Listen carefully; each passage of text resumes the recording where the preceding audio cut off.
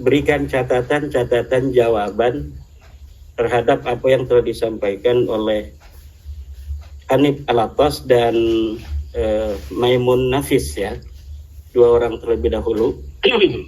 Ada beberapa hal yang dibicarakan oleh Al-Ustadz Hanif Alatas. Yang pertama, bahwa nasab Ba'alawi sudah diijma. Beberapa iddi'aul ijma, riwayat-riwayat adanya ijma yang diberikan oleh ulama, seperti disampaikan oleh Yusuf An-Nabhani. Sekarang kita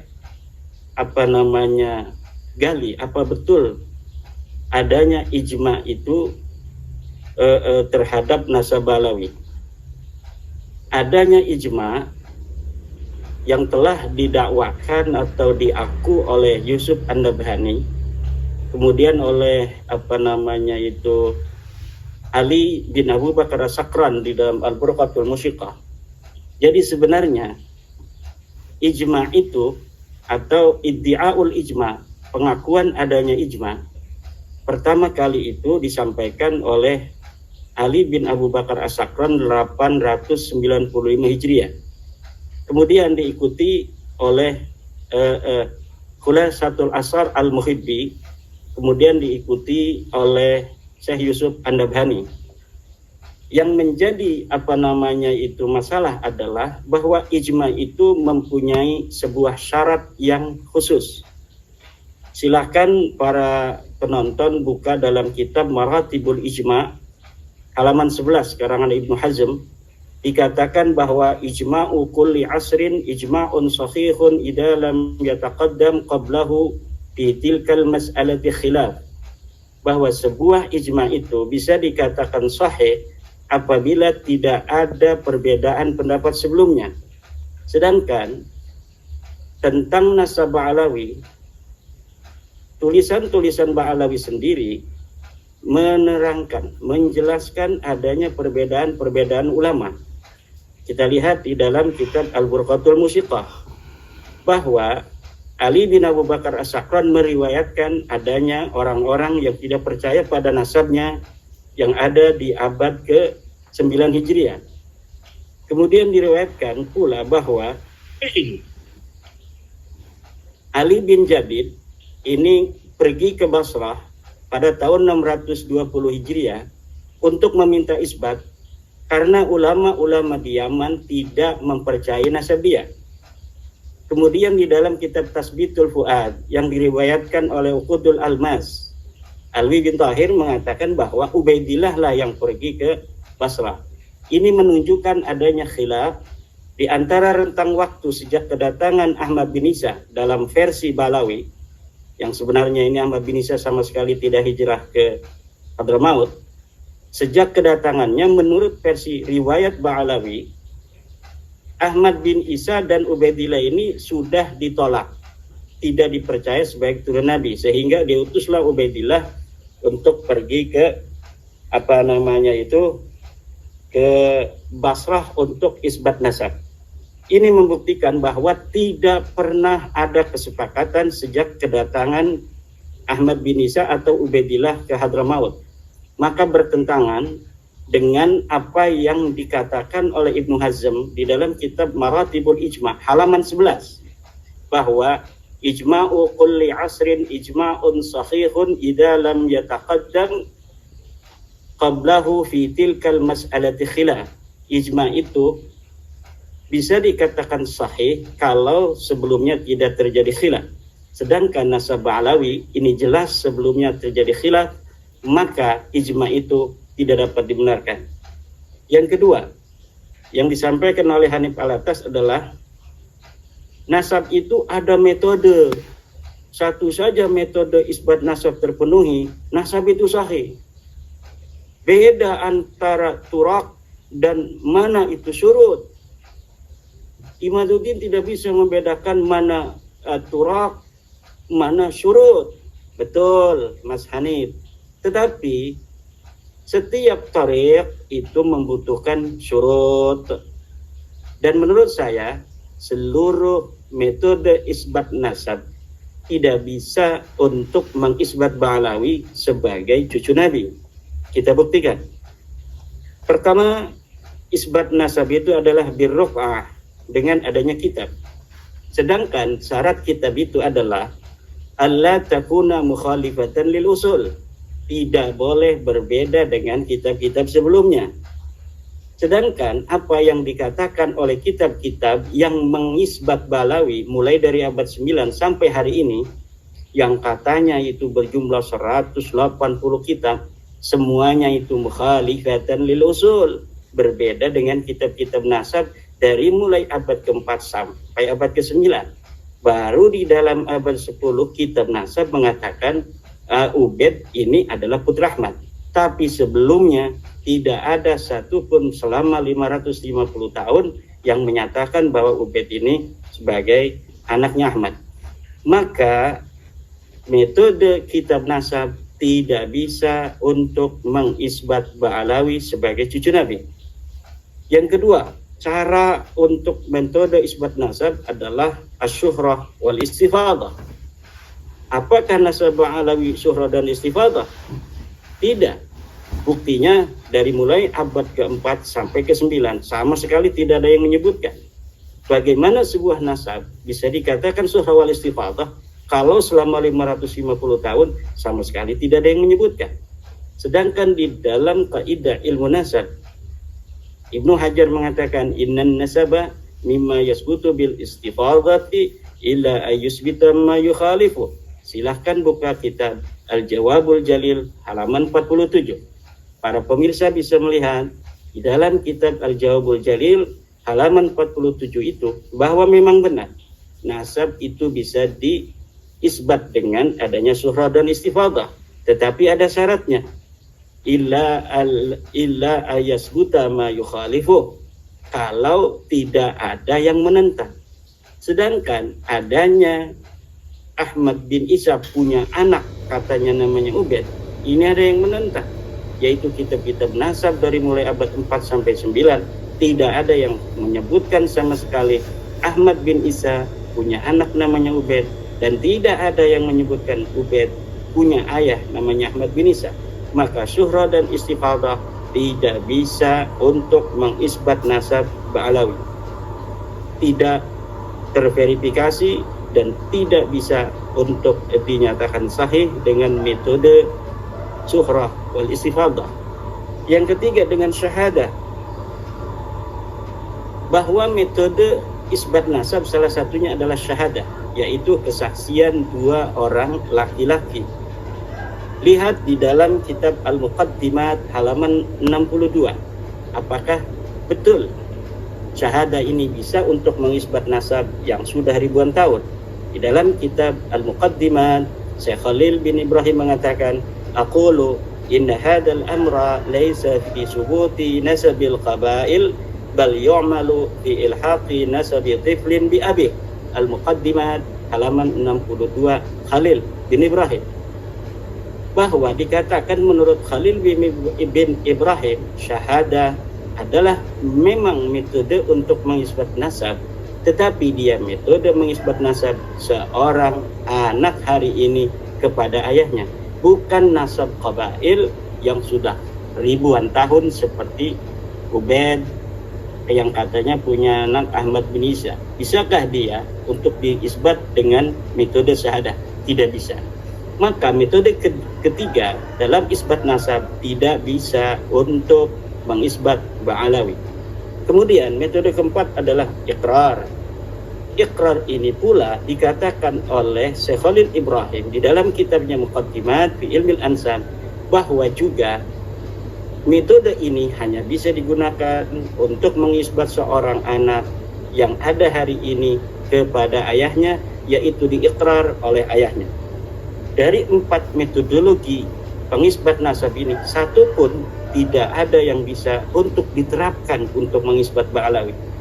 Secara riq'ah atau ruq'ah kitab-kitab nasab, tidak ada kitab nasab yang setelah abad 9 itu mukhalifatan lil kutub yang ada di abad ke-8, ke-7, ke-6, ke-5, ke-4. Kemudian dengan syahadah tidak bisa. dengan ikrar juga tidak bisa. Maka nasab Alawi tidak terisbat sahih. Berarti kalau tidak sahih apa? Batal.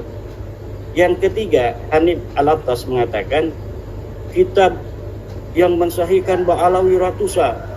Saya katakan kitab walaupun ribuan, jutaan, tetapi kalau seluruh referensinya akan mentok di abad 9, yaitu kitab Al-Ghurqatul Musyiqah, atau kata Mas Rumel itu ada kitab Al-Jawharus Syafaf, yang sekarang saya lihat juga dia lagi ngomongin Al-Jawharus Syafaf, begana begini, tetapi hanya itu saja, berkutat pada hal-hal yang telah diungkapkan, hal-hal yang telah dijelaskan, tidak ada yang baru.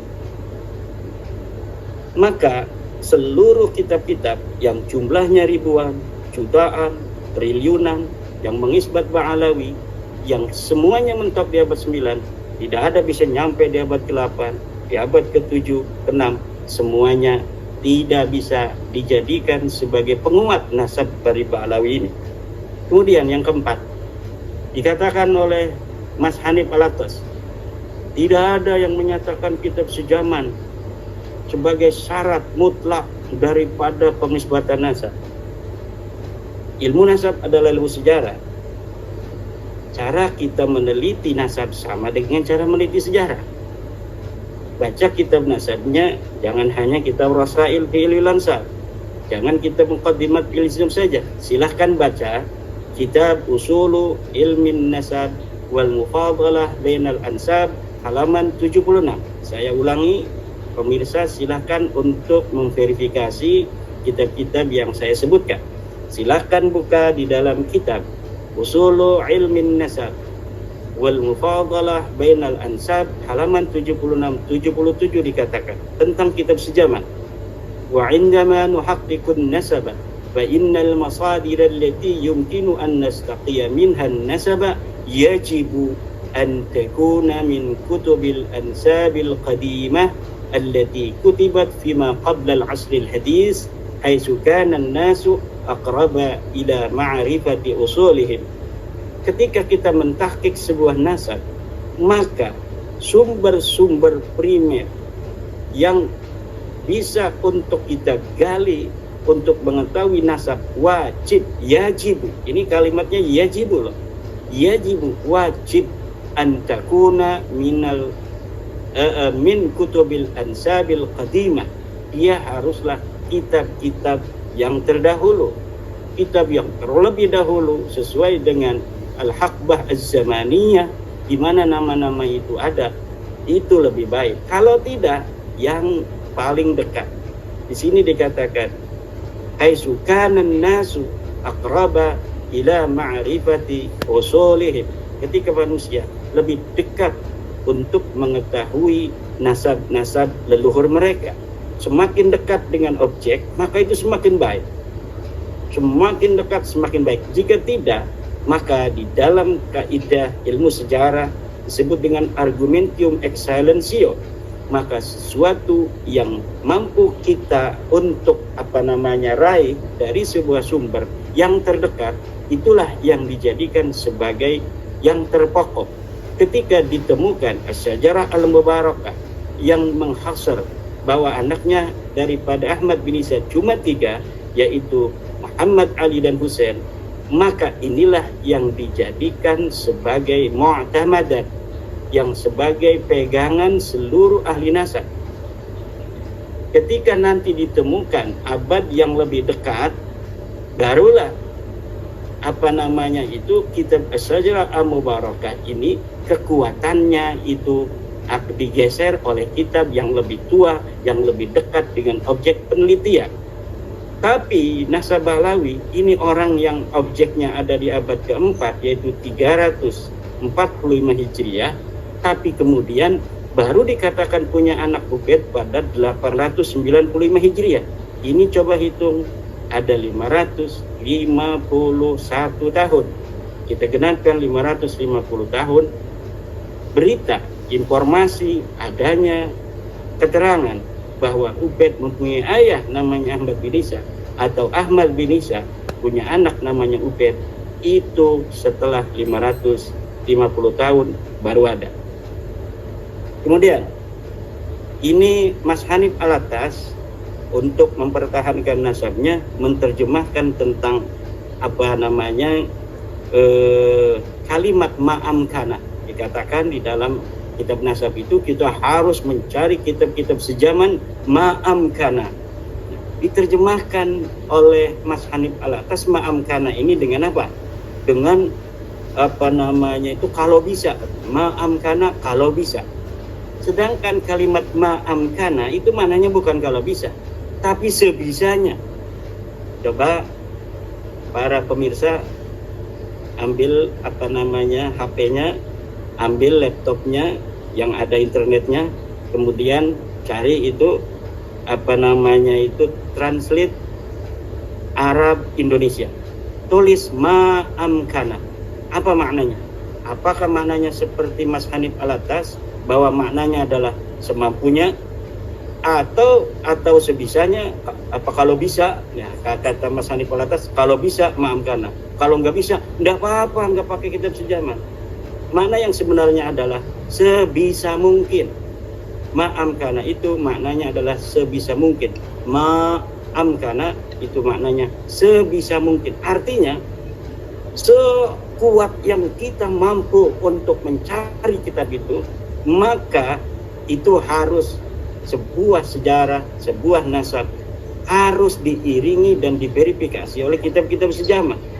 Bukan ma'amkana itu kalau bisa, kalau mau, bukan demikian. Tetapi sebisanya kita harus mencari sesuatu yang ada dari apa yang telah disebutkan oleh Amudun Nasab kita.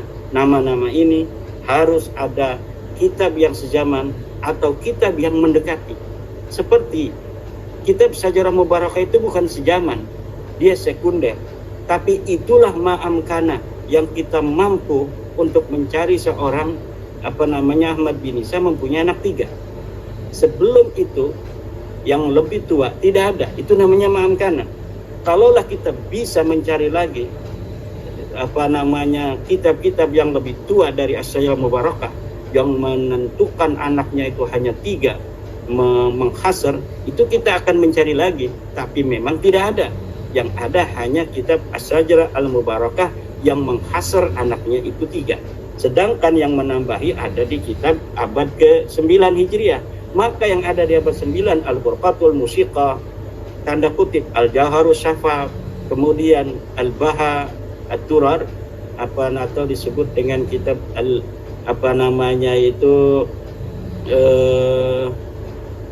Al-Masra'ur Rawi. Itu semua Al-Ghurar Al-Masra'ur Rawi itu terbantahkan semua, tidak bisa dijadikan sebagai masadir, tidak bisa dijadikan sebagai maraji. Kenapa tidak bisa dijadikan sebagai maraji? Maraji itu harus ada masadir. Kalau misalnya sebuah maraji tidak berdasarkan masadir, ini maraji ini adalah sekunder, masadir ini adalah primer yang paling dekat, maka maraji ini diabaikan. Apalagi ketika maraji ini bertentangan dengan masadir, seperti Al-Burqatul Musiqah bertentangan dengan kitab As-Sajarah Mubarakah. Maka itu Al-Burqatul Musiqah, Al-Jauharus Syafaq, Al-Ghurar, Al-Masra'ur Rawi, Al-Juz'ul Latif, semuanya harus diabaikan. Kenapa?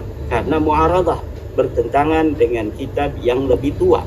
Demikianlah cara bekerja ahli sejarah itu, Mas Rumel ya.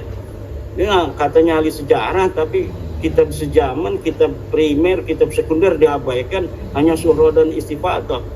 Ini sejarah cenayang namanya. Ini sejarah orang-orang yang ngaku historian, ngaku sejarawan, tapi tidak memerlukan sumber. Ini sejarawan cenayang namanya. Kemudian yang kelima, yang keenam, saya catat ya dari apa-apa yang disampaikan oleh Mas Hanif Alatas. Kata Mas Hanif Alatas, kalau kitab sejaman diterapkan, maka nasab Nabi Muhammad bungkar. Naudzubillah, summa naudzubillah min dalik. Nasab Nabi Muhammad itu, Mas Hanif, sampai Adnan itu diberitakan oleh baginda Nabi besar Muhammad SAW di dalam hadis. Bahkan di dalam hadisnya itu hadis riwayat Muslim. dikatakan dalam kitab riwayat Muslim itu bahwa Nabi Muhammad SAW itu dari Kinana. Ya.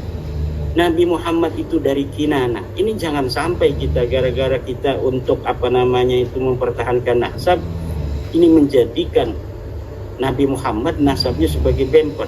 Naudzubillah summa naudzubillah. Nabi Muhammad itu nasabnya melalui wahyu. Wa ma yantiqu 'anil hawa in huwa illa wahyu yuha. Di dalam Al-Qur'an disebutkan bahwa Nabi Muhammad itu, orang-orang Arab itu keturunan Ibrahim. Millat abikum Ibrahim. Agama ayah-ayah kalian. Siapa ayah kalian? Ibrahim. Itu kumnya kepada siapa? Kepada orang-orang Quraisy. Ini menyatakan bahwa wahyu sendiri mengatakan Nabi Muhammad orang Arab itu keturunan daripada Ibrahim. Ini sudah nas Al-Qur'an. Adapun amudun nasab sampai Nabi Ibrahim tidak dibutuhkan lagi. Untuk mengisbat Nabi Muhammad keturunan Ibrahim tidak butuhkan amudun nasab karena sudah ada Al-Qur'an yang menyatakan. Kemudian mengenai Nabi Muhammad SAW sebagai keturunan daripada Kinanah, itu hadis mengatakan dari riwayat Muslim. Jadi nggak perlu lagi kita membawa-bawa nasab Nabi Muhammad dalam perdebatan nasab Ba'alawi yang memang tidak terverifikasi. Kalau rungkat sendiri aja, jangan bawa-bawa junjungan kita Nabi besar Muhammad sallallahu alaihi wasallam. Bawa juga nasab Wali Songo, bawa juga nasab Syekh Abdul Qadir Al-Jilani, nyari-nyari teman. Gak usah lah. Kita pertahankan saja apa dalil-dalilnya dari nasab Balawi untuk menyambungkan daripada nasab Balawi itu. Jangan bawa-bawa nasab Nabi besar Muhammad sallallahu alaihi wasallam.